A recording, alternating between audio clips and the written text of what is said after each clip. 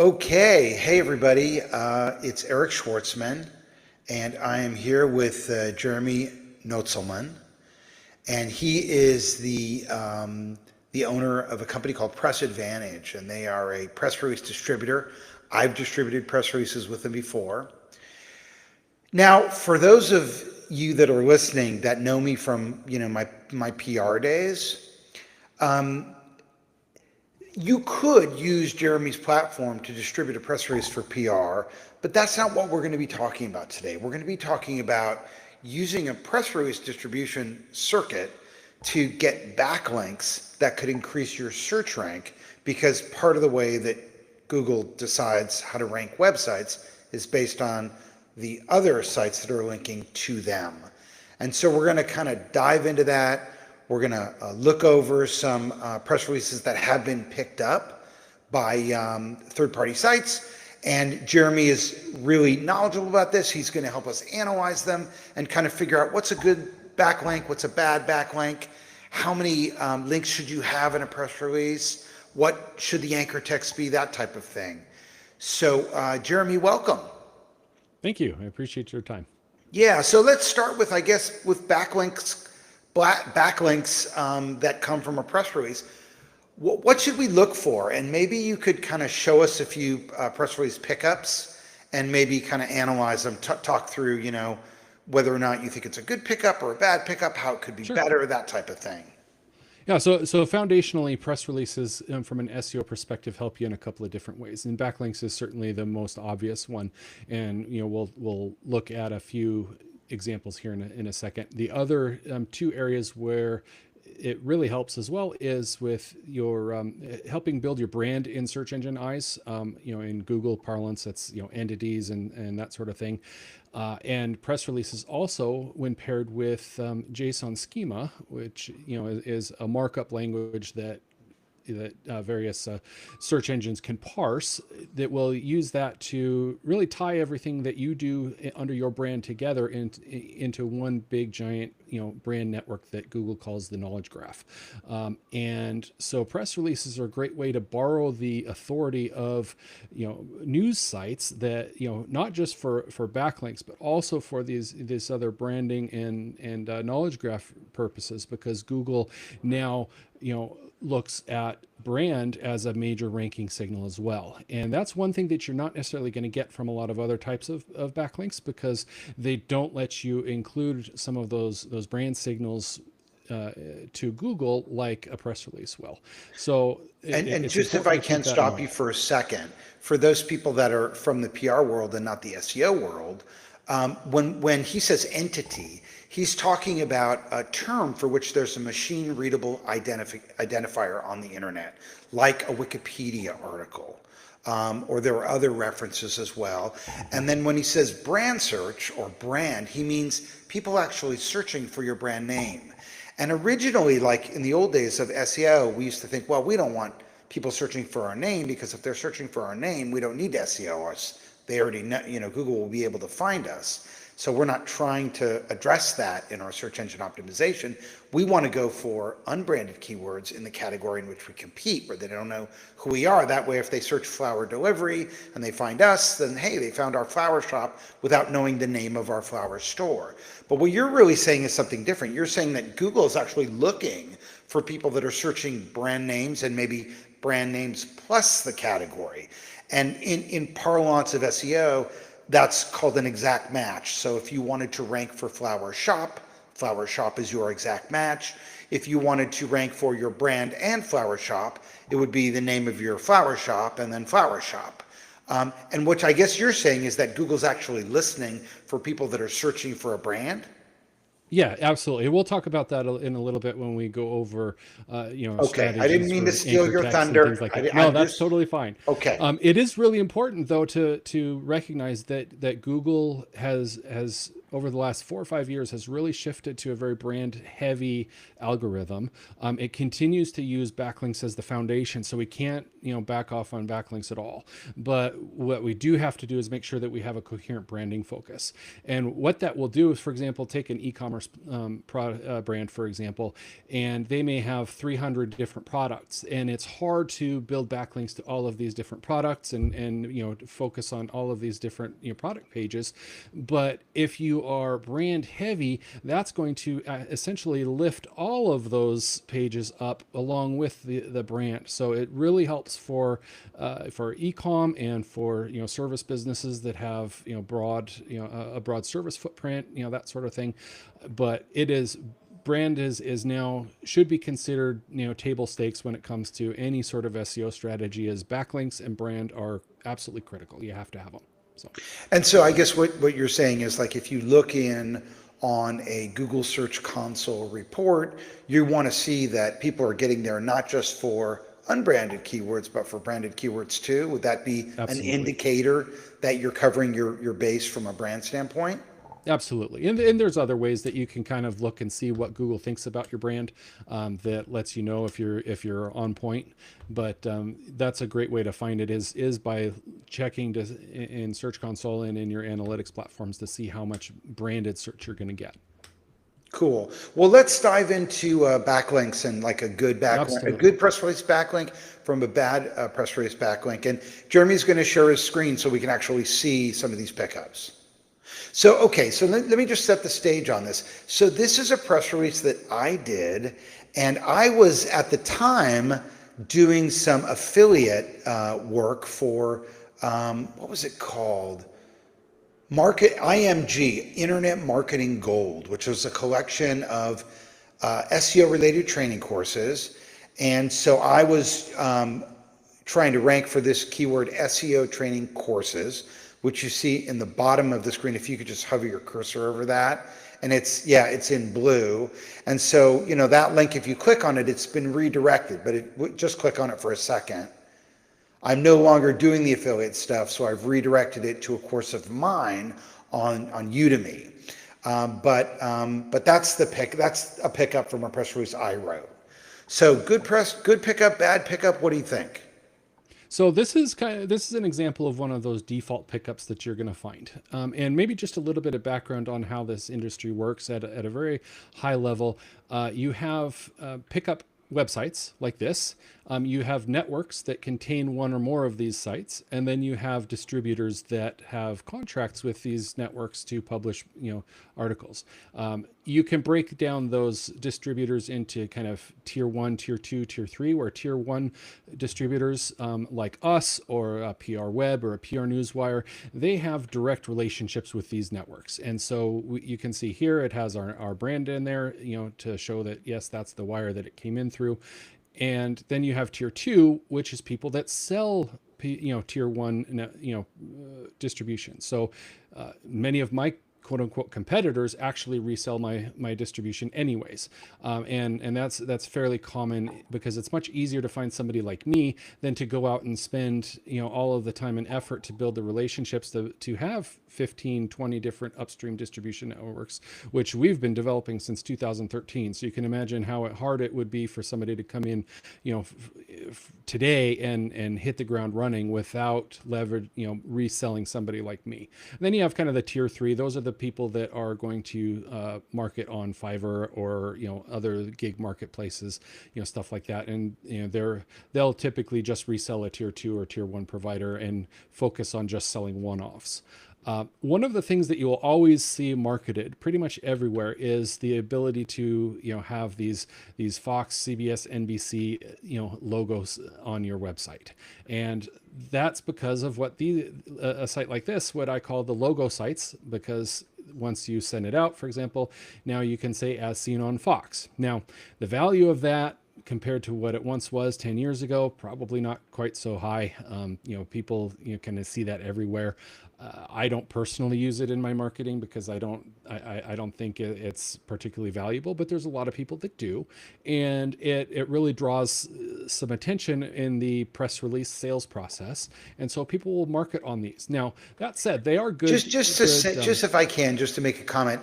I mean, I do see the value in that. Like, if you had a new website and you wanted to have an as seen as row that had, logos of Fox and ABC and CBS or CNN, because you got a pickup like this, I think that is valuable. I think it does increase your credibility. Yeah, and then that's probably a little bit of my, been in internet marketing for too long and have been seeing these, for forever and a day. And there's a lot of markets out there where nobody's been exposed to this before, and so it does add a significant amount of credibility. I think it does. Yeah. Yeah. So for sure. But even though it is this Fox 47 that probably nobody watches, but it is a Fox affiliate, so it's seen on Fox. Exactly. So this is kind of that table stakes. Every provider out there is going to have these websites. Now there's a couple of different networks that provide them. And so different, providers they may have all of the networks. We have all of the networks. There are some that just carry one or two of them. And so, but all of them kind of have that common, thing where once you've sent out a press release, then you can kind of use the logo. So this, just so I understand for a second, this Fox 47 affiliate, which is, what do they call it? It's VHF, or it's low frequency or something? Yeah, I'm not a TV guy, so I don't know. But do these guys does this station actually operate this site, or did they just say to marketminute.com, hey, we'll set up a subdomain for us and give us X amount of what you make off it, and we'll let you brand it with our name? That varies by network. So for Market Minute, they're what I call a subdomain provider, where they have the subdomain here. Typically, there is links coming from the main website back to this Market Minute, but they tend to be a little bit lazy with being able to get onto some of these platforms. They don't want to invest as much in their technology, so it's hard to have it be under the full domain. But from a backlink standpoint, this is not a backlink from Fox. This is a backlink from Market Minute. This is not a backlink from Fox. This is a backlink from a Market Minute subdomain. So right, because we see it says Fox 47 dot marketminute.com. So marketminute.com is the top level domain, and then Fox 47 is a subdomain of that. So this is not a backlink from Fox. Correct. But since the logo appears on it, then you can reasonably use that logo because it is affiliated with this Fox. But if we're talking about the backlinks, is this a good backlink or not? It's a mediocre backlink. This to me fits in with the overall. We're going to boost up the number of domains that refer to us. And when it comes to referring domains, subdomains matter. So fox47.marketminute.com is going to be different from cbs123.marketminute.com, and Google's algorithm treats them separately. So it is, a placement from an additional, domain, which is a factor in Google's algorithm. It's just not a huge one. So if you had to grade this 1, 2, or 3 in terms of the value of the backlink, what would you say it is? 1, 2, or 3? I'd call this a 2. Okay. All right, let's see another one. Great. So this is an example of a pretty good backlink. So this is your same one, but this is a different network that works with a bunch of internet service providers like CenturyLink or Hawaiian Telecom, Atlantic Broadband, and types of sites like this. And this is the exact site that somebody who is a customer of theirs is going to land on by default when they open their browser, because that's how CenturyLink has it set up. And so it's an actual news portal that is on CenturyLink.net, high domain authority. It's under the domain, right? So it's not a subdomain. So this is actually a very good quality, pickup.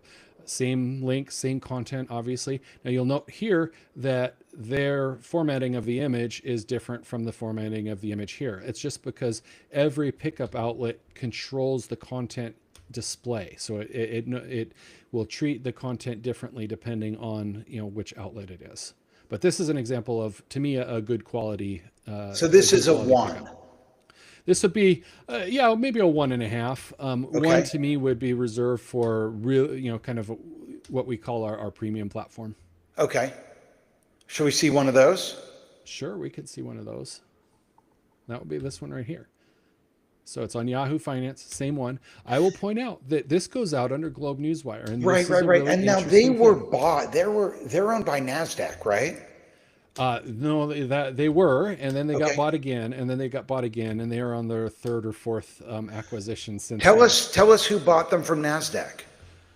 Intrado, then Intrado. Notified, And then who and bought them now from Intrado?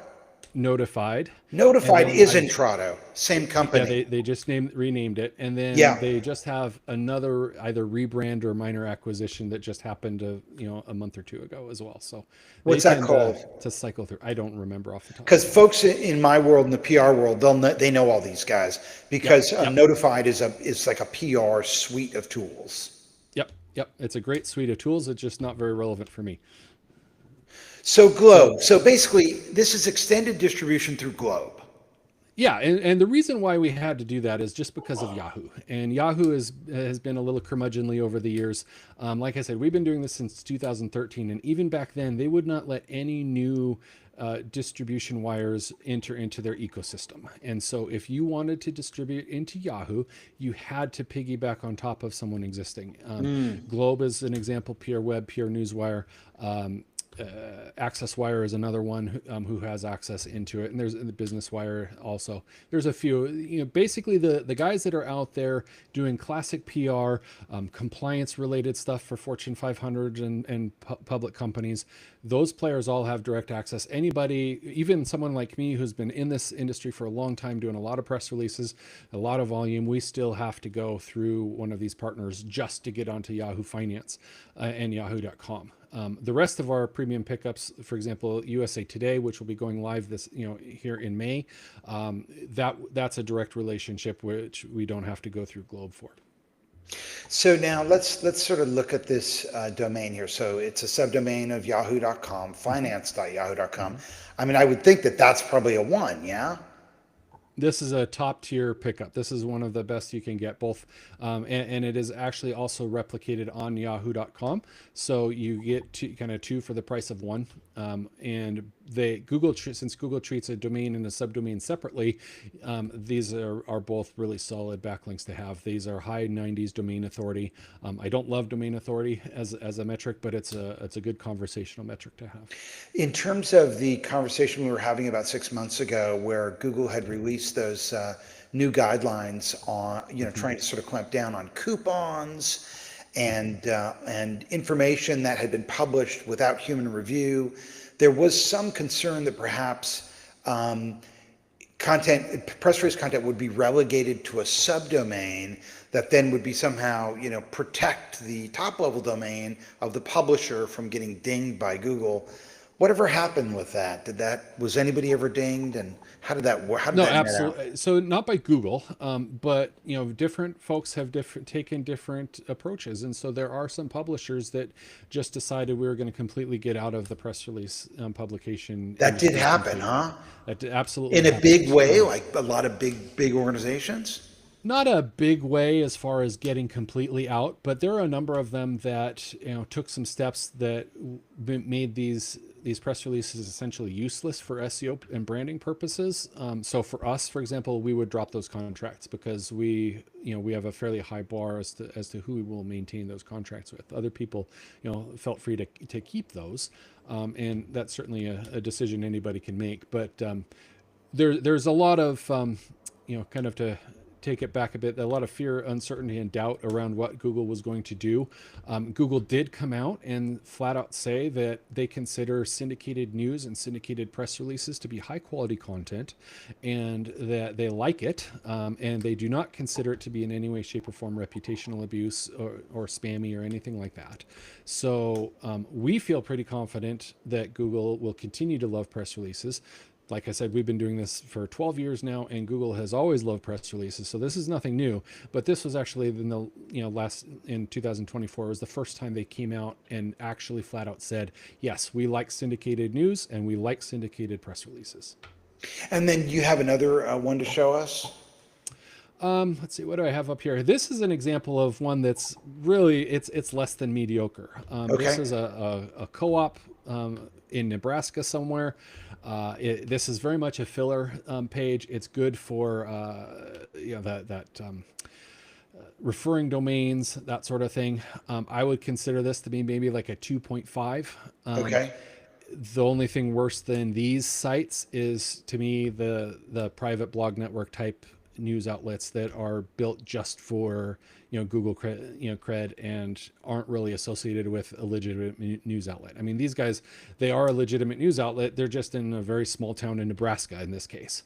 So the SEO value isn't here alone, but in aggregate it can actually move some needles, especially if you start getting into some of the more intricate SEO strategies. This type of thing can definitely help a lot.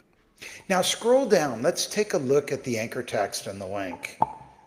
And I want you to kind of analyze that for us. Yeah. So I'm going to stop you because it's getting garbled by the connection, and I don't want to miss this. Okay. So start over if you would. All right, so let's talk about anchor text for a minute, and the different kinds of anchor text. What we see here, this is a keyword anchor. It's specific to the keyword that you're trying to rank for. If we were to have like a branded anchor, it could be Schwartzman and Associates. And for those That people would be that branded. may be listening to the podcast but not watching it, the keyword here is SEO training courses. That's the keyword. Absolutely. So that's a keyword rich anchor. And then you have, say, Schwartzman and Associates. That's a very branded keyword.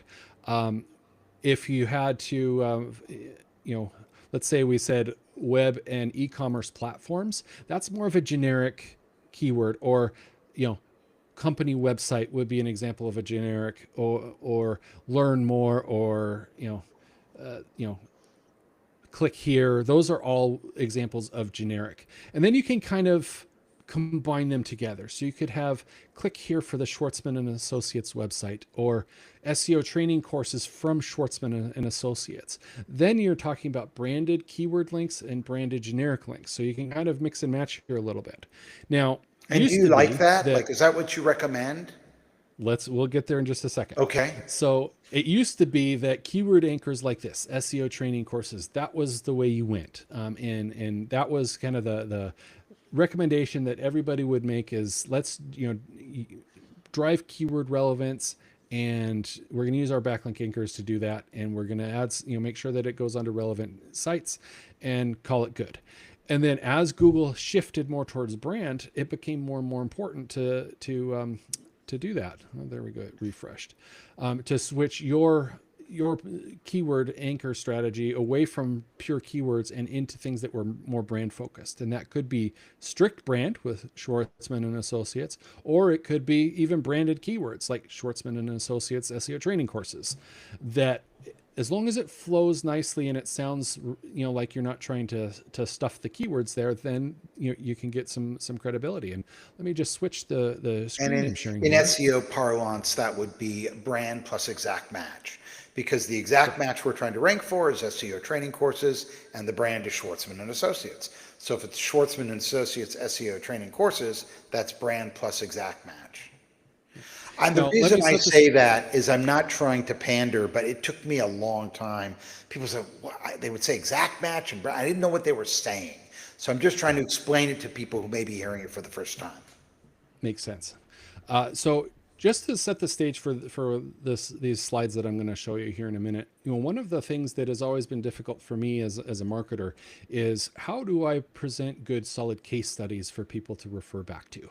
And since we are providing press releases, and those press releases are intended to be used by somebody who is executing on a broader SEO strategy, we're just kind of part of the picture. And so it would be very arrogant for me to say, oh yes, all of these results that you got those because of my press releases and nothing else. And so it's always been very difficult for me to come up with good, solid strategies or case studies, excuse me. And so what we did last year is we decided we're going to go and we're going to pick some small businesses out throughout the United States, and we're going to pick ones that have various rankings on their local business areas, and we're going to make sure they're not doing anything from an SEO perspective, so that they're kind of coming in cold. And then we're not going to talk to them, we're not going to contact them, we're just going to run the strategies that we recommend that you use for leveraging press releases as part of your SEO. We're going to just do that piece and see what happens. And we're also going to test what kind of anchors work best, because that's always been a big question, right? What type of anchors work best? And so this is what we came up with. And let me share this out.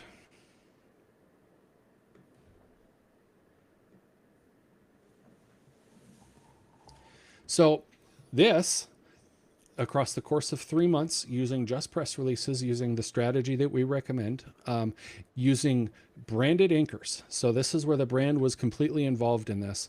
You can see that, and these pictures are essentially map rankings for each one of these locations. So it's a tool that goes out there. And just give us a basic nutshell explanation of what map rankings are and how this diagram works. So a map ranking is, let's say you are looking for an emergency plumber, and you type emergency plumber into into Google Maps or Google search, and on a mobile device, right? On a mobile or on a local device too. A local device, or, a computer will just decide wherever it thinks you are based on your IP address, unless you tell it where you are. But the mobile is obviously going to be much more accurate. Mobile's much more accurate, absolutely. Yeah.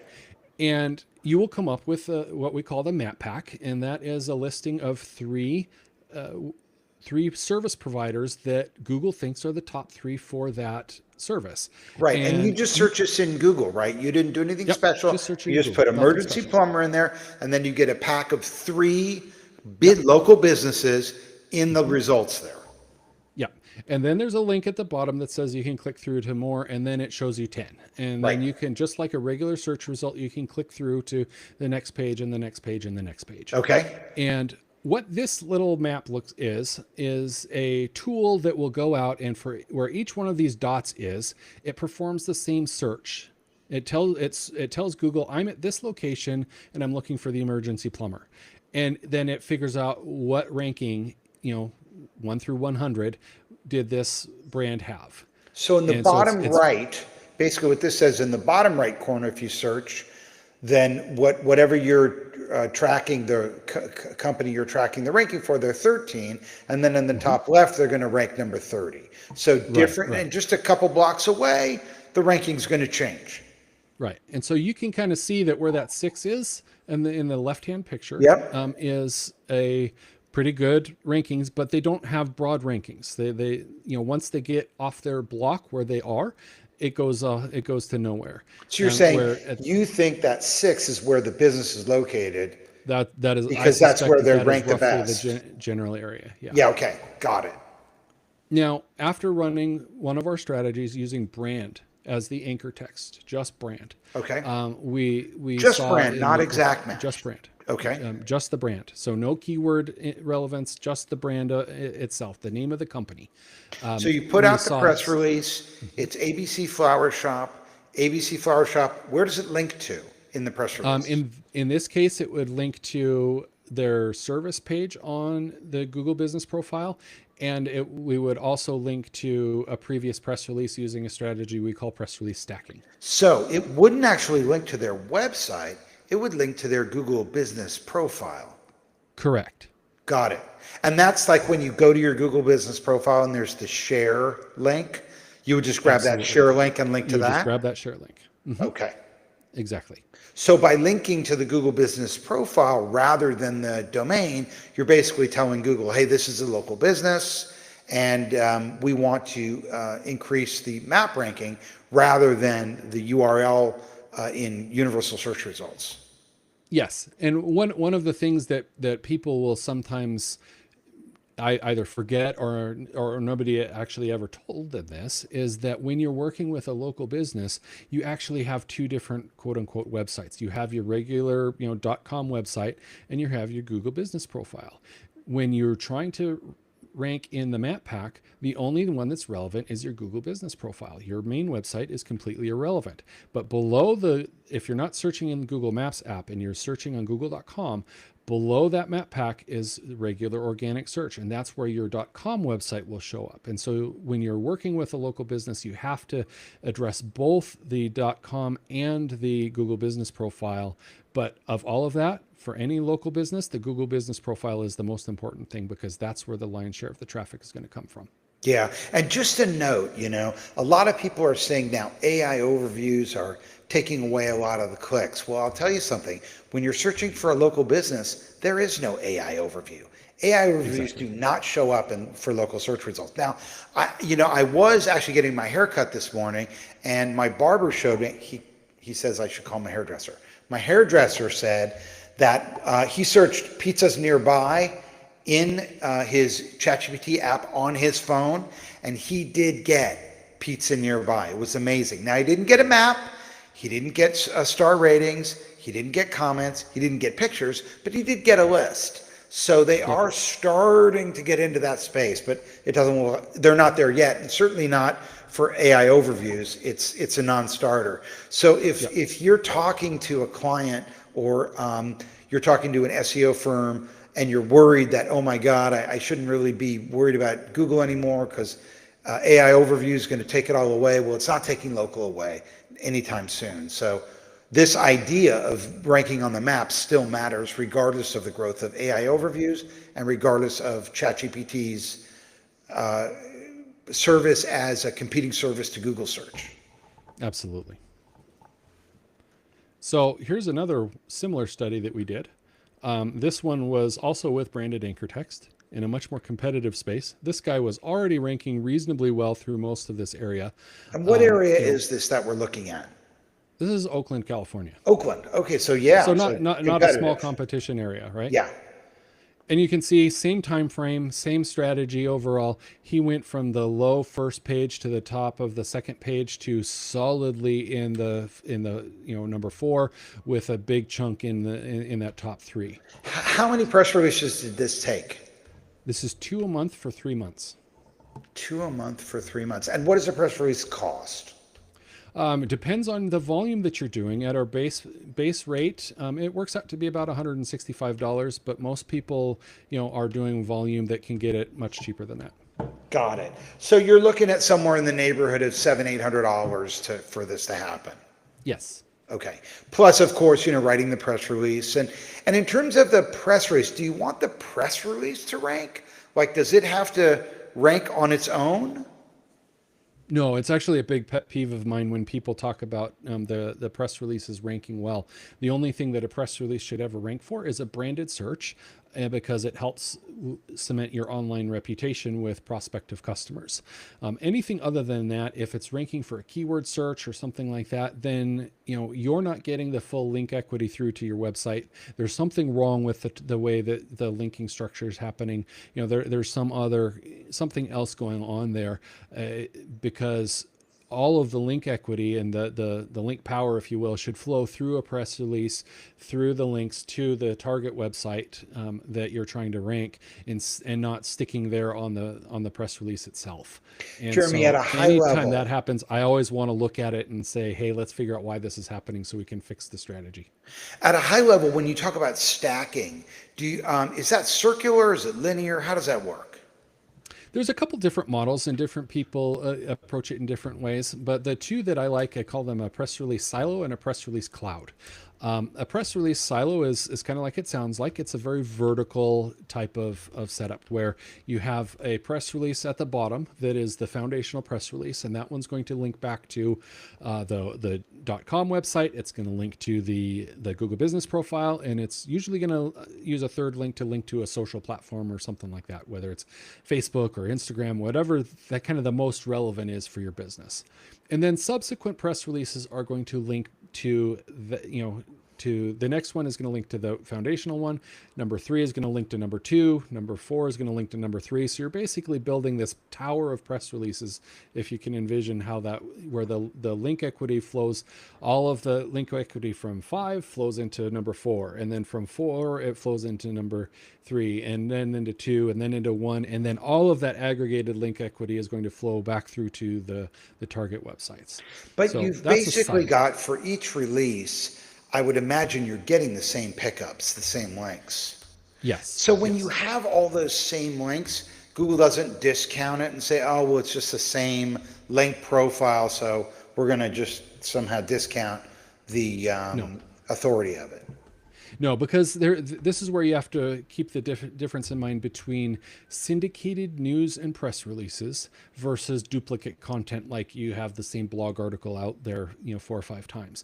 Google expects news articles, whether it's news or feature content or press releases. It expects those to be on different websites as long as those are news sites, which is again why we only focus on publishing to actual legitimate news outlets and not blog networks. If you're posting the same blog, in 4 or 5 different places, let alone 400 or 500 places like you get with our press releases, then you're really going to start running into duplicate content problems, and Google doesn't really like that very much. But since we are news and press releases, it's all syndicated content, and Google treats it completely differently. And we've tested this by taking out distribution networks and putting them back in and playing with the mix and match, and we find that sending everything everywhere all the time is 100% the best way to go. We definitely see differences in results there. So In terms of the number of links, so you said, you do one, if it's local, you do one to the Google Business Profile, you do one to the domain, and you do one to a social platform, the most relevant one for the business. That's not too many. Like 3 links is kind of what you like, or? I like 3 links for the first one. Okay. Once you do get past, and I like to call that also a branding release, Okay. where we're just kind of setting the stage for the brand. We're introducing the brand, and so it's very natural to have multiple links in there. If it's not a local business, then maybe you have a second a second social in there or something like that. It's very natural to have those types of extra links in there. When it comes down to additional press releases for that brand, especially if you're stacking, then I usually only like to include 2 links, because I don't want to dilute things much more than that. And what are those 2? So in a stack, it would, in the case of a silo, it would link back to the previous press release that we sent out, and then something that's topically relevant. It's typically going to be a service page, or it could be a page on the GMB profile, whether it could be a review, it could be even a link to an image, or the share link for the profile itself, that sort of thing. So you like this idea of sort of not just going to the share link at the GPB every time, Google Business Profile every time, but sometimes you might go to a review, you might go to an image. The idea is, I guess, to mix it up. So you've got these links coming into the Google Business Profile, but different pieces of it? Absolutely. That's exactly right. Interesting.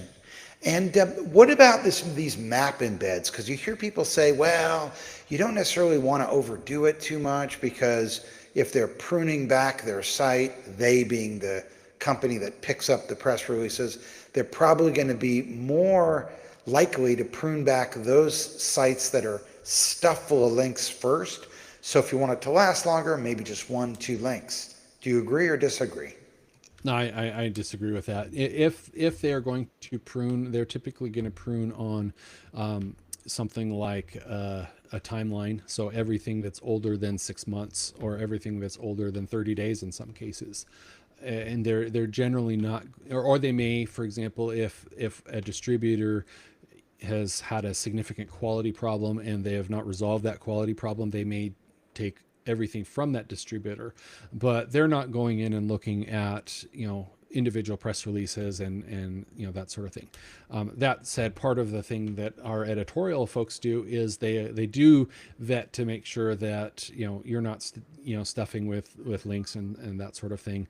Things like image embeds and video embeds and Google Map embeds, those are all controlled by our policy. You can't overuse them. and we just kind of maintain our quality bar through that human intervention. Now, here's kind of a drawback of a lot of the SEO PR services if you're a public relations person, and maybe you'll have a way for how to handle that.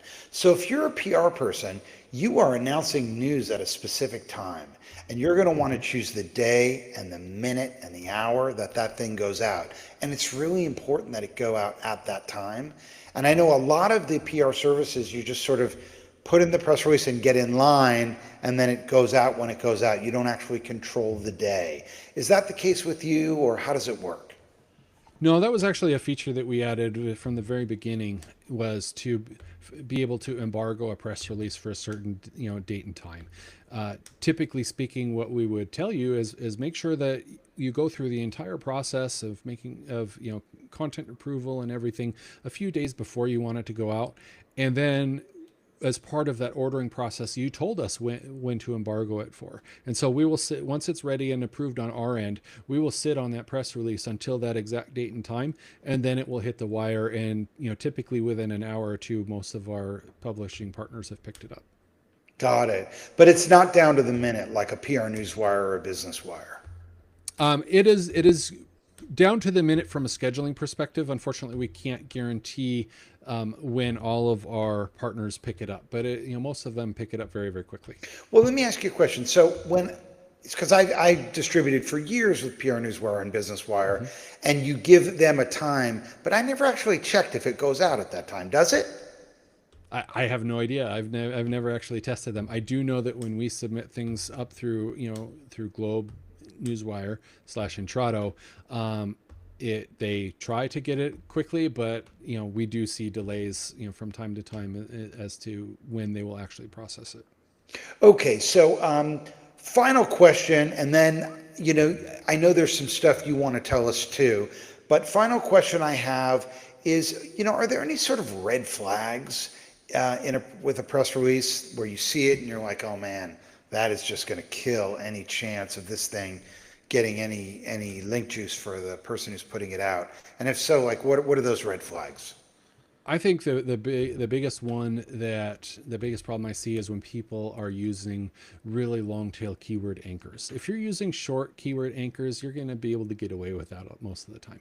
But if you're using really hyper specific keyword anchors, that just reeks of SEO manipulation. Similarly, in example, the Google, can you give us an example? Let's see. Let me even look just a back at hypothetical. It doesn't have to be. Just so people have some idea what you mean when you say that. Yeah. Local SEO training courses would be kind of right on the borderline, for example. Whereas SEO training courses, that's going to be much better from that perspective, even though I don't like using the keyword rich anchors. But the longer tail that keyword is, the less you want to use it in a press release. So are you pretty much brand length? That's it? Do you not even do the exact match? If someone asks me what kind of greenfield, how should they go, I tell them from the get-go, the only thing that I want you to do is branded keywords, and it can be branded just a brand, it can be a branded keyword, it can be a branded generic, but whatever you do, it has to at all times include the brand. So you're okay with brand plus exact match? Yes. What if the exact match is one of these long tail keywords? What if it's brand plus local SEO training courses? As long as it sounds good in a sentence or something like that, then you're going to be all golden. So when you say long tail, you couldn't say based on the number of words? I would say if your keyword is longer than 3 words, you should make sure that you're using it in a sentence with your brand.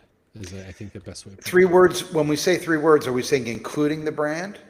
No, not including the brand. Okay, got it. SEO training courses would be a 3-word keyword. I would use the brand associated with that. Got it.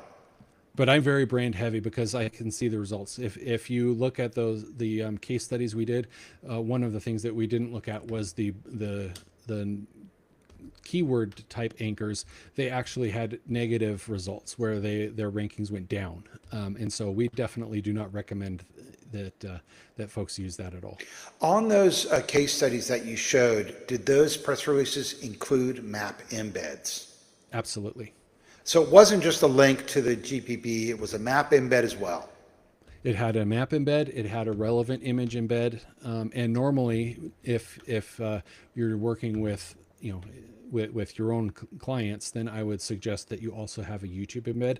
Since we didn't have any relationship with these folks, we did not embed any sort of YouTube videos. But I would always recommend that you make heavy use of all of the embed types that we offer.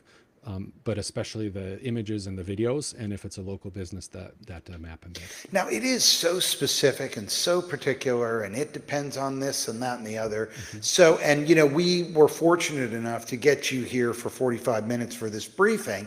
But if someone wants to use your service, like, how do they learn how to do all this? Yeah, so we have a YouTube channel that has all of our training on it. I try and refresh it once a year, so we're about due. But it takes you from press release 101 all the way in through some of the intricate strategies that we use and recommend, including building blocks of how to put your own strategy together, how to use it with different types of clients, how to sell it to your clients, and then of course there's some platform training there as well. And then for every new client that comes on board for us, I'm always happy to get on a phone call and have a conversation about how do we integrate what we do into your existing strategy. So you get very much that bespoke approach where we can help you integrate what we see working across all of the brands that we've worked with and help you optimize your approach to match what the. And do you have some sort of a mastermind or something going down? Yeah, so one of the things that some folks have been giving me a hard time about is that I've got so much up here that I don't share it enough. I've historically been a fairly low profile guy. I don't get on, do the conference circuit and stuff like that. But enough people have given me a hard time that I've decided that I want to make myself available to folks. And so I've started something called the Digital Strategy Collective. And that's at digitalstrategycollective.com. And what that is it's a free membership type mastermind where people will have access to me. We'll do live calls every couple weeks. There will be other webinars and things like that. And then just educational content along the way as well. So it's I don't really have anything for sale there. It's much more of a way for me to, answer questions, share things, especially with, folks that are Press Advantage customers, to be able to come on and we can talk about different strategies, and then they can learn from how other people are using the service as well. So, but it's not branded to Press Advantage because I want it to include a lot more than that. Both general business, but especially also, how do you how to work with and live with the AI changes that are coming to digital marketing and have been coming to digital marketing, SaaS and other kind of areas of expertise of mine. So, and tell us, like, where do we go for that? Yeah, digitalstrategycollective.com. Got it. And then your press release services at pressadvantage.com. Cool. Well, we're 2 minutes over. For those of you that stuck around and joined us, I hope it was useful. And Jeremy, thanks so much for doing this. Anytime. Okay, signing off.